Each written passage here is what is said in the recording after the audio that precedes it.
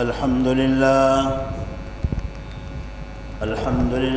رب العالمين، والصلاة والسلام على سيد الأنبياء والمرسلين نبينا محمد وعلى آله وأصحابه أجمعين. أما بعد، فأعوذ بالله من الشيطان الرجيم. بسم الله الرحمن الرحيم. واتقوا يوما لا تجزي نفس عن نفس شيئا ولا يقبل منها شفاعة ولا يؤخذ منها عدل ولا هم ينصرون.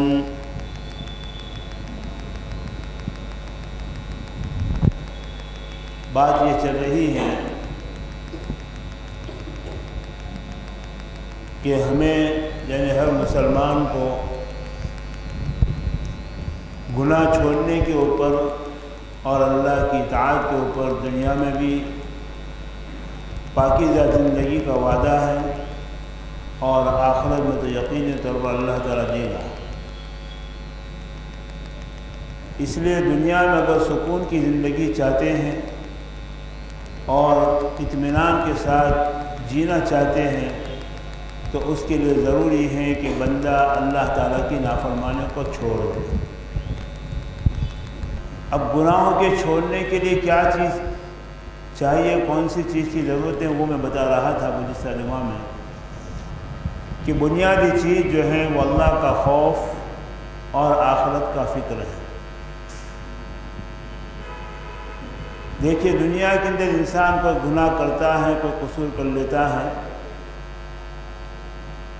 کسی انسان کے ساتھ کوئی معاملہ ہوتا ہے تو کسی بھی طریقے سے چھوٹ جاتا ہے، یا اسی طریقے سے حکومت کا کوئی قصور کرتا ہے تو آدمی پیسے دے کر، سفارش کرا کے یا اور کسی طریقے سے جو ہے چھوٹ جاتا ہے.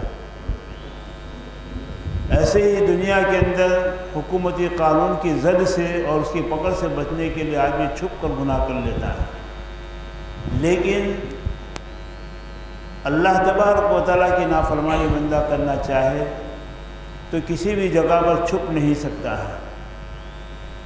اگر وہ 7 سمندر کی تہ میں بھی چلا جائے تب بھی اللہ تعالیٰ وہاں پر دیکھنے والا ہے. کائنات کا ذرہ ذرہ اللہ کی نظروں میں ہے اور اللہ کے علم میں ہے. کوئی چیز خدا کی ذات سے چھپی ہوئی نہیں ہے. یہ سب سے پہلے انسان کو اس بات کا استحضار اور دھیان ہونا چاہیے. اور دوسری بات یہ ہے کہ جو کچھ میں کر رہا ہوں، چھوٹا بڑا گناہ ہو یا چھوٹی بڑی نیکی ہو، وہ تمام کا تمام مرنے کے بعد میدان حشر کے اندر میرے سامنے آنے والا ہے اور خدا کے سامنے پیشی ہونے والی ہے. یہ دو باتوں کا جب انسان کو دھیان رہتا ہے اور ہر وقت اپنی نظر کے سامنے مستحضر رہتی ہیں وہ چیزیں، تو پھر بندہ جو ہے گناہوں سے بچ جاتا ہے. اور اگر کسی وقت گناہ ہو بھی گیا تو فوری طور پر اس کی تلافی کی اور توبہ کی کوشش کرتا ہے. اللہ کا خوف بہت بڑی نعمت ہے. اللہ کا خوف بہت بڑی نعمت ہے.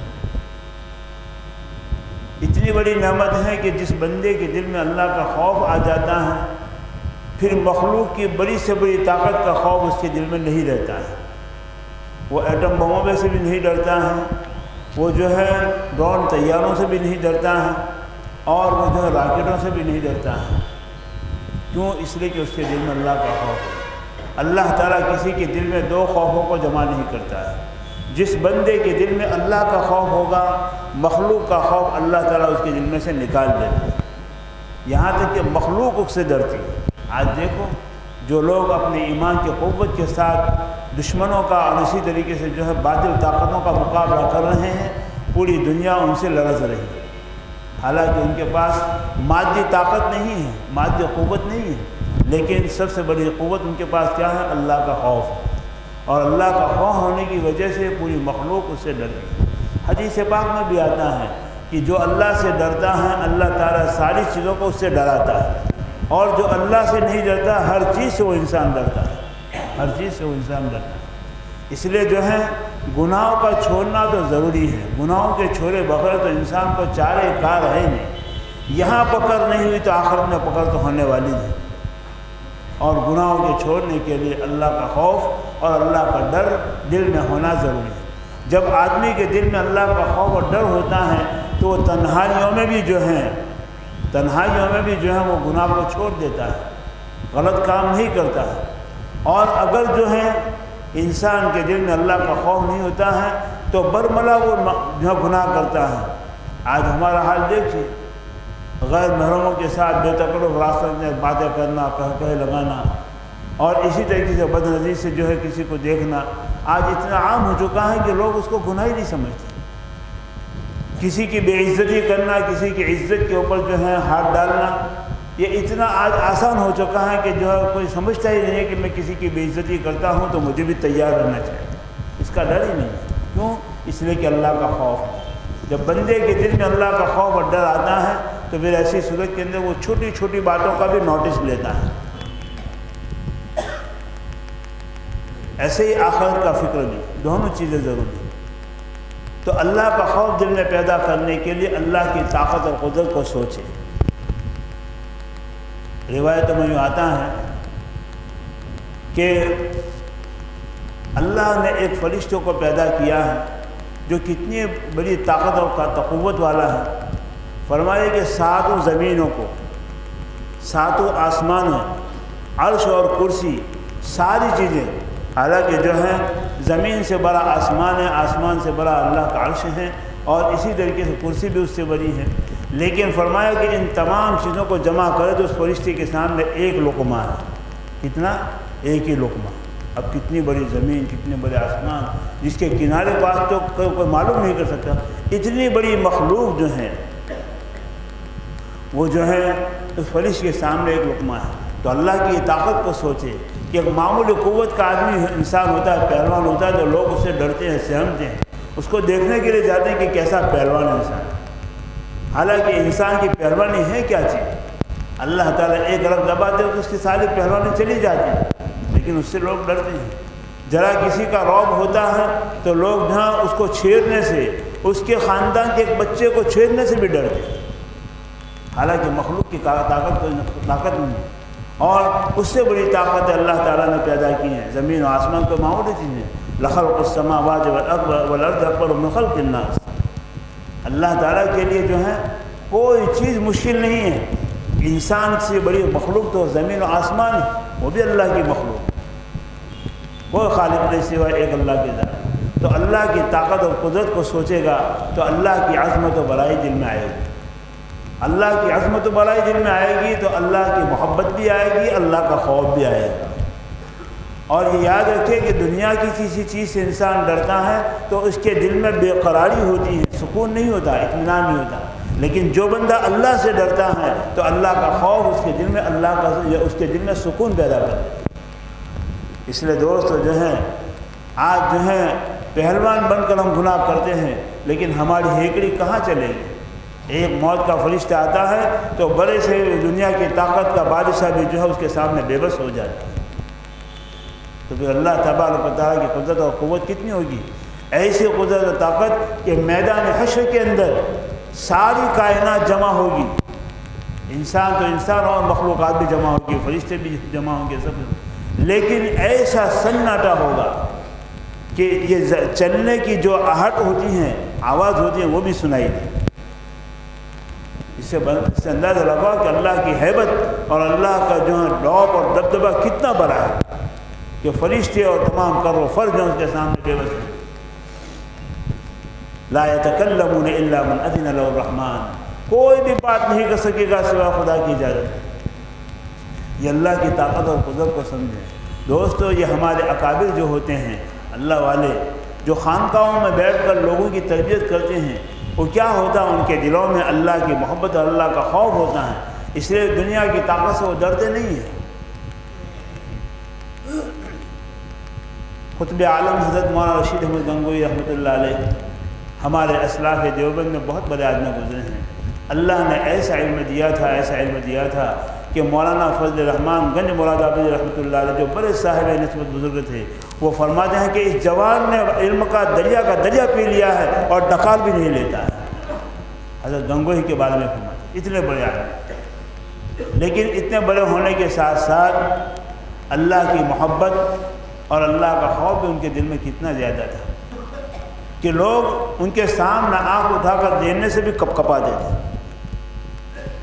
اس زمانے میں ایک جو ہے کلیکٹر بدلی ہو کر گنگو میں آیا، چنانچہ جو ہے اس نے سن رکھا تھا کہ مولانا گنگوئی کو بہت بڑے آدمی ہیں اور جو ہے آزادی کی تحریک میں حصہ لینے والوں میں سے ہیں۔ چنانچہ وہ انگریز تھا، اس کا رعب اور دبدبہ بہت زیادہ تھا، جس علاقے میں بھی جاتا تھا لوگ ڈرتے تھے کہ یہ کہاں گئے۔ لیکن جہاں اس علاقے میں اس کی بدلی ہوئی تو وہ خود حضرت گنگوہی کے وہاں پر گیا ملنے کے لیے۔ حضرت گنگوہی نے فرما دیا کہ ابھی ہمارے پاس فرصت نہیں ہے تمہیں ملنے کی، منہ بھی نہیں بتایا، چلا گیا۔ کسی نے کہا کہ حضرت آپ اس سے مل لیجئے، اس لیے کہ اس زمانے میں حضرت گنگوہی رحمۃ اللہ علیہ دارالعلوم دیوبند کے سرپرست تھے۔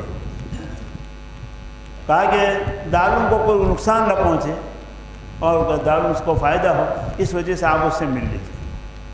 تو دارالعلوم کی بات آئی تو حضرت نے کہا اچھا چلو ملتے ہیں۔ حضرت جو ہے بگی میں بیٹھے اور وہاں پر گئے، اب اس کے گھر پر گئے، وہ آیا ہے ملتے نہیں، لیکن اب دارالعلوم کی دین کی بات آئی، دین کے فائدے کی بات آئی تو حضرت اس کے مکان پر چلے۔ اب حضرت جو ہے اللہ والے تو کیا ہوتے ہیں، ظاہر میں فقیرانہ لباس ہوتا ہے، کوئی ان کے پاس ہٹو بچوں کے نعرے نہیں ہوتے ہیں، کوئی ان کے پاس ہتھیار نہیں ہوتے ہیں، لیکن اللہ کا خوف ان کے دل میں اتنا ہوتا ہے کہ اس خوف کا عکس لوگوں کے دلوں پر پڑتا ہے۔ چنانچہ وہ بڑا ظالم تھا، وہ باہر آیا اور کسی نے کہا کہ یہی مولانا گنگوہی سامنے آیا۔ حضرت نے اس کے سامنے بھی نہیں دیکھا، لیکن اس کے دل پر اتنی کپی آ گئی کہ وہ بات ہی نہیں کر سکا، بس 2-4 منٹ کھڑے رہ کر حضرت چلے گئے۔ یہ اللہ کا خوف مخلوق کے دلوں میں پیدا ہوتا ہے۔ ایک بندہ جب اپنے دل میں اللہ کا خوف پیدا کرتا ہے تو اس کا رعب مخلوق کے دل میں ڈال دیتا ہے، اور جب بندے کے دل میں اللہ کا خوف اور اللہ کا ڈر آتا ہے تو وہ تنہائیوں میں بھی گناہوں سے بچتا ہے۔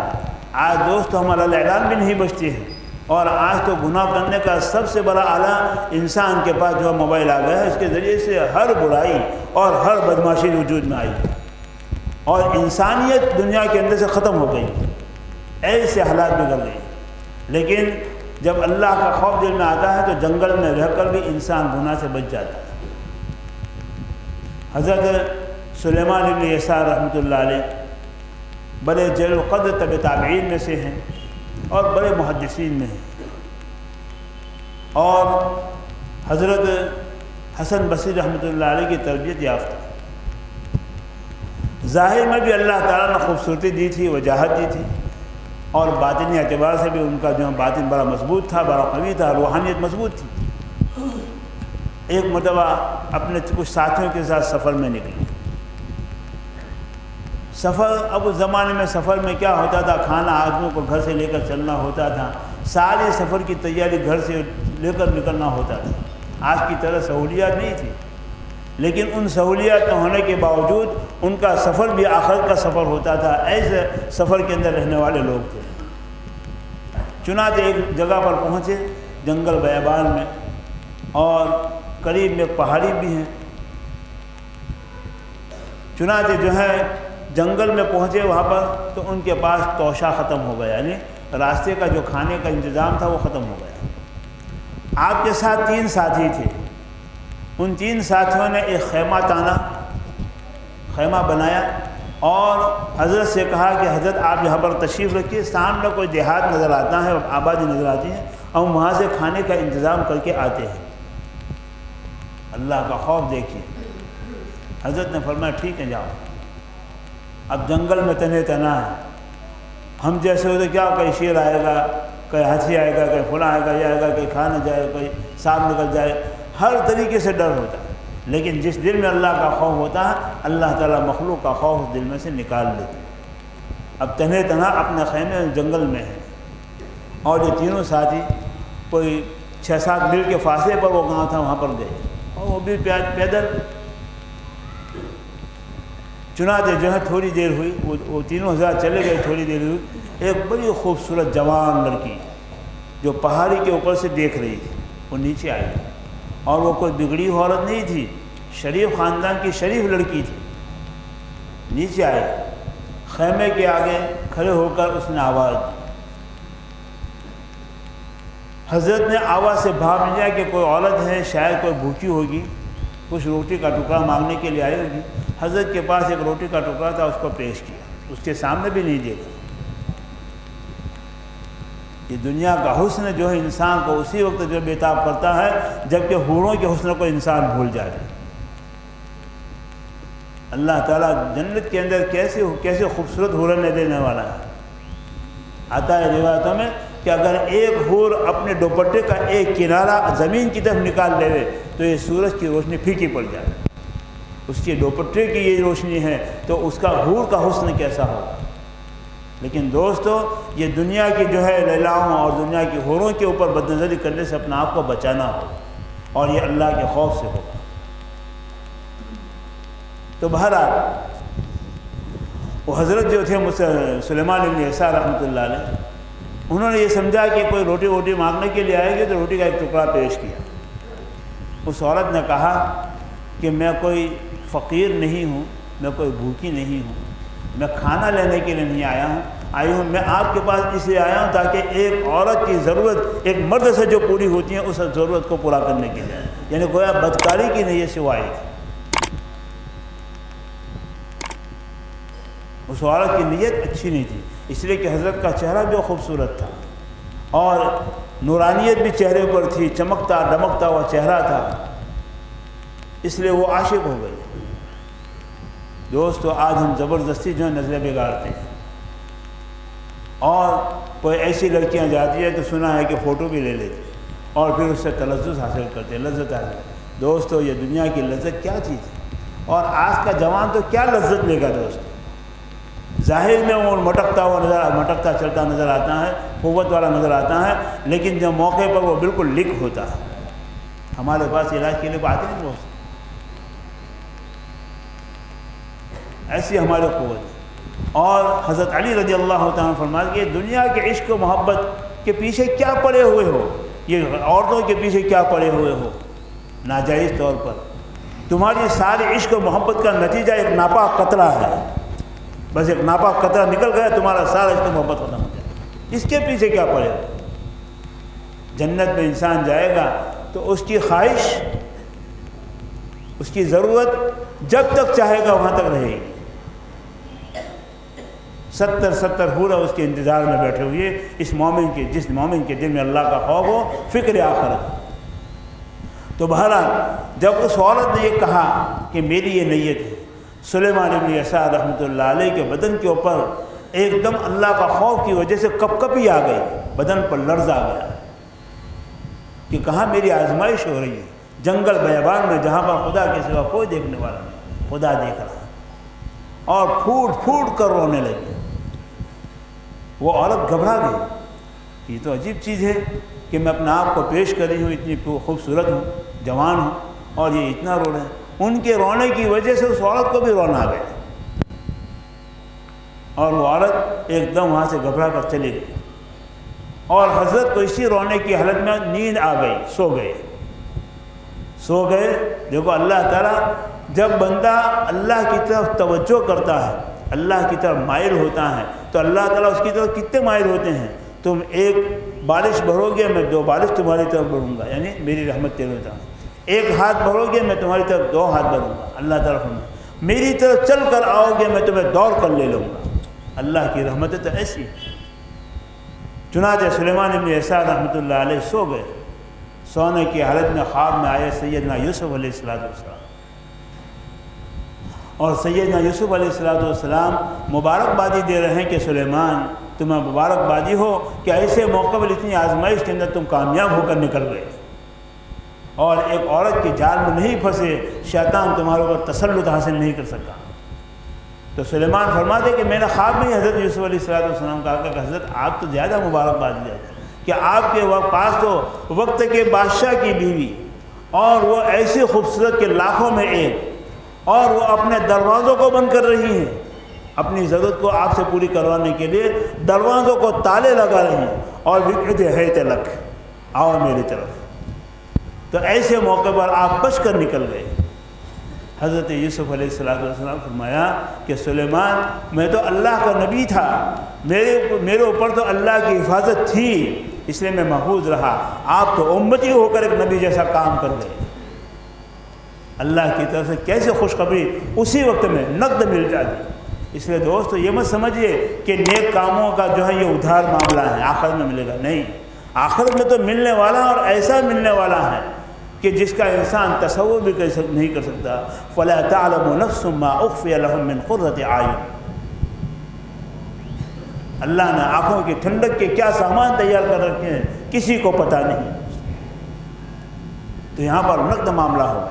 تو اللہ تعالیٰ نیکیوں کا بدلہ دنیا میں بھی دیتا ہے، آخرت میں بھی دیتا ہے، لیکن دوستو کر کے دیکھنا ہوگا، سن کر نہیں، کر کے دیکھنا ہوگا۔ اس لیے دوستو اپنی جوانی کے جنون کو ختم کیجئے، اور جو ہے جیسے دنیا کے معاملے میں ایک اسٹیک بنے ہوئے ہیں، ایسے ہی اپنے آخرت کے بارے میں بھی اسٹیک بنی۔ دیکھیے سیدنا عمر رضی اللہ تعالیٰ عنہ کتنے بڑے جلوقد صحابی، اس امت میں صدیق اکبر کے بعد سب سے بڑا مرتبہ آپ کا، اللہ کے نبی کی مراد، اور تو لوگ نبی کے در پر آئے، اللہ کے نبی نے عمر کو مانگا اللہ سے کہ اللہ عمر مجھے دے دیجیے، یہ مراد نبی ہے۔ اور کتنا بڑا مقام کہ لو کان بعد نبی لکان عمر، میرے بعد اگر نبوت کا سلسلہ چلتا تو میرے بعد نبی عمر ہوتا۔ اور فرمایا نبی کریم صلی اللہ علیہ وسلم نے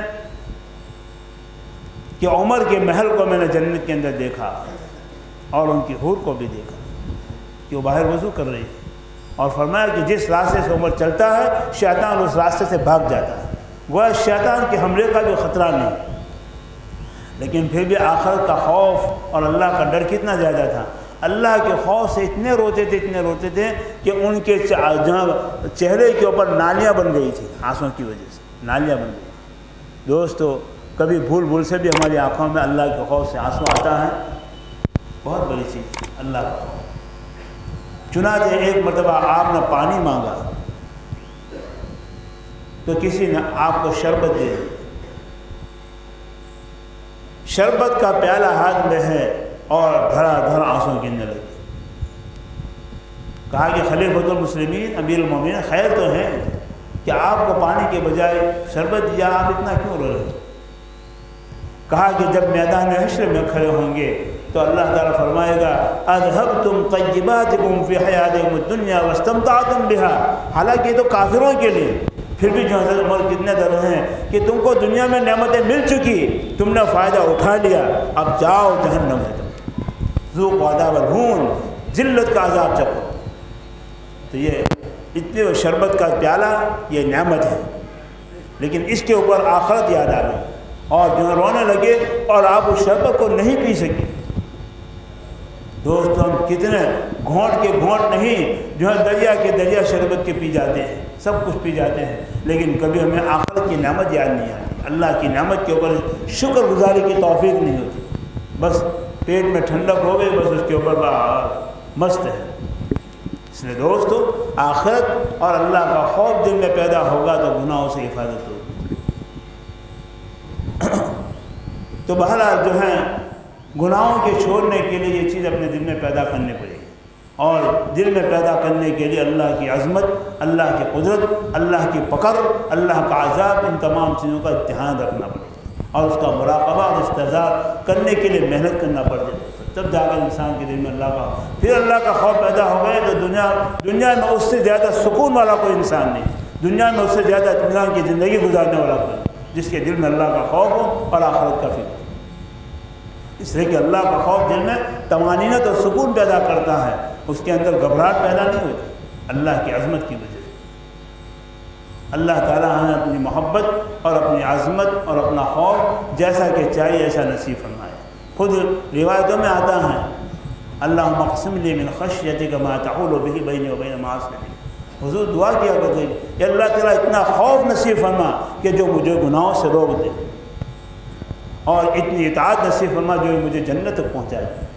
دوستو دنیا کی تمنائیں لے لے کر اللہ کے سامنے دعا کرتے ہیں، مانگیے، اللہ سے سب کچھ مانگنا چاہیے، جائز ضرور ہے، لیکن ساتھ ساتھ اپنی آخرت اور اپنے آخرت کی کامیابی اور اپنے دل میں اللہ کا خوف، اللہ کی عظمت کو بھی مانگیے، جس سے جو ہے بندے کو سکون کی زندگی ملتی ہے۔ اللہ تعالیٰ عمل کی توفیق عطا فرمائے۔